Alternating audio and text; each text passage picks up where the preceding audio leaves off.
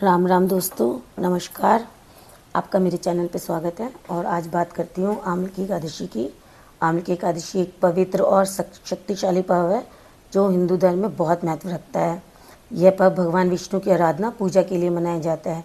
हमारे जीवन में सुख, समृद्धि और सफलता का प्रतीक है। आम्ल की एकादशी एक ऐसा त्यौहार है जो हमारे जीवन में सकारात्मक परिवर्तन लाने का अवसर प्रदान करता है। ये सिखाता है हमें कि जीवन में शुद्धता और समृद्धि को हम कैसे बढ़ा सकते हैं, और इससे हमें आध्यात्मिक और धार्मिक ज्ञान को बढ़ाने का अवसर मिलता है, और इससे हम अपनी समृद्धि को, शुद्धता को बढ़ा सकते हैं। फागुन मास में शुक्ल पक्ष की एकादशी को अमाल की एकादशी के रूप में मनाया जाता है। इसको रंग भरी एकादशी के नाम से भी जानते हैं। एकादशी को रंग भरी एकादशी भी कहा जाता है क्योंकि इस दिन से ही होली महोत्सव की शुरुआत होती है, और ये शिवरात्रि और होली के बीच में पड़ती है। कहा जाता है कि इस दिन भगवान शिव ने माता पार्वती के साथ गौना किया था, जिससे कि तिथि और भी शुभ हो जाती है। इस दिन भगवान विष्णु की आराधना के साथ साथ आंवले के वृक्ष की पूजा का विशेष महत्व है। ऐसा माना जाता है कि इस दिन आंवले के पेड़ के नीचे भगवान विष्णु का वास होता है, इसलिए सभी श्रद्धालु भक्ति भाव से इसकी पूजा करते हैं और अक्षय पुण्य के भागी बनते हैं। इस वर्ष 2025 में शुक्ल पक्ष की एकादशी तिथि 10 मार्च को है, और इसी दिन एकादशी का व्रत किया जाएगा, और इसका पारण अगले दिन यानी कि 11 मार्च को होगा। मोक्ष और पुण्य की प्राप्ति के लिए अमाल की एकादशी का व्रत करने से व्यक्ति को समस्त पापों से मुक्ति मिल जाती है और मोक्ष की प्राप्ति होती है। इसे भगवान विष्णु की कृपा प्राप्त करने का श्रेष्ठ माध्यम माना जाता है, जिससे किसी जीवन में सुख और समृद्धि आती है। इसकी कथा पुरानी कथाओं के अनुसार वैदिश नामक एक समृद्ध नगर था। इस नगर में ब्राह्मण, क्षत्रिय, वैश्य, शूद्र सभी लोग बड़े प्रेम भाव से रहते थे।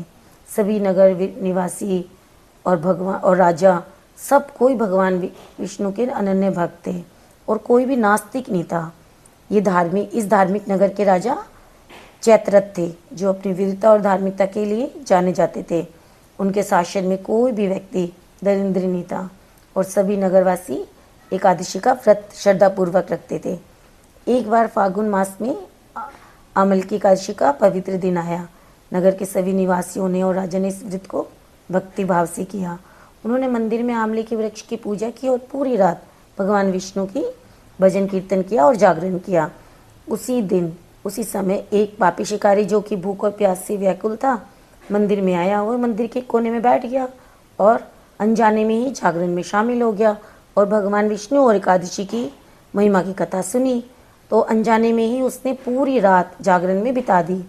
अगली सुबह होने पर सारे नगर निवासी अपने घर को चले गए। राजा भी अपने घर को चला गया, अपने राजमहल में चला गया, और शिकारी भी अपने घर चला गया।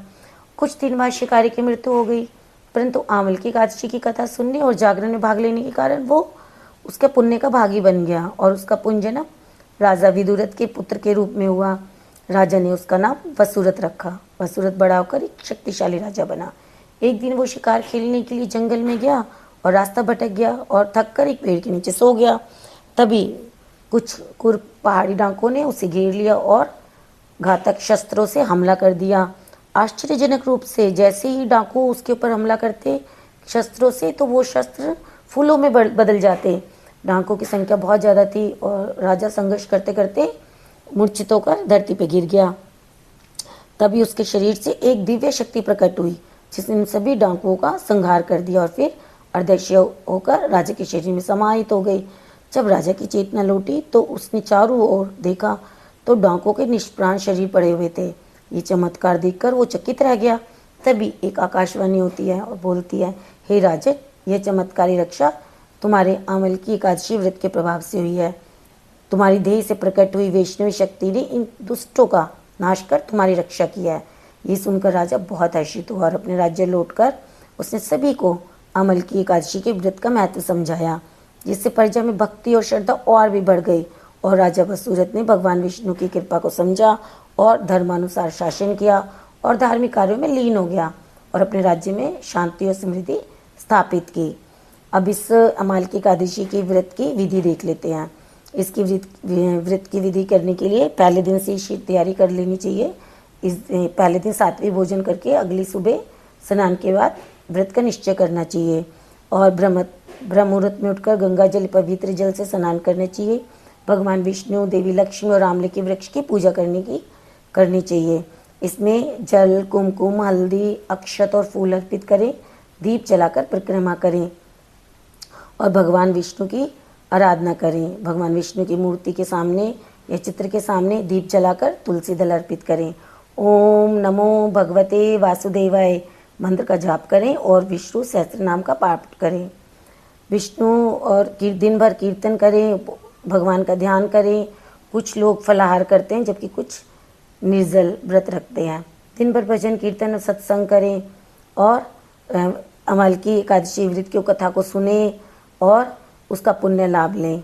और अगले दिन द्वादशी तिथि को पारण करें जो कि 11 मार्च को होगी। और व्रत का समापन आंवले के फल और अन्न का दान करें और ज़रूरतमंद को भोजन करवाएं। तो ये थी एकादशी व्रत की कथा और विधि, और आप इसे करें। आप मुझे कमेंट करके बताएं कि आपने इसको कैसे किया है। और आपको चैनल अच्छा लगे तो इसको सब्सक्राइब करें, दूसरों के संग शेयर करें और